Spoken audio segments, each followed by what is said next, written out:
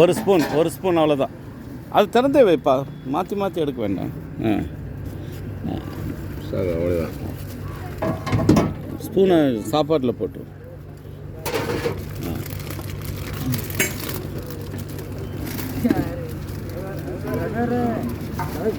என்ன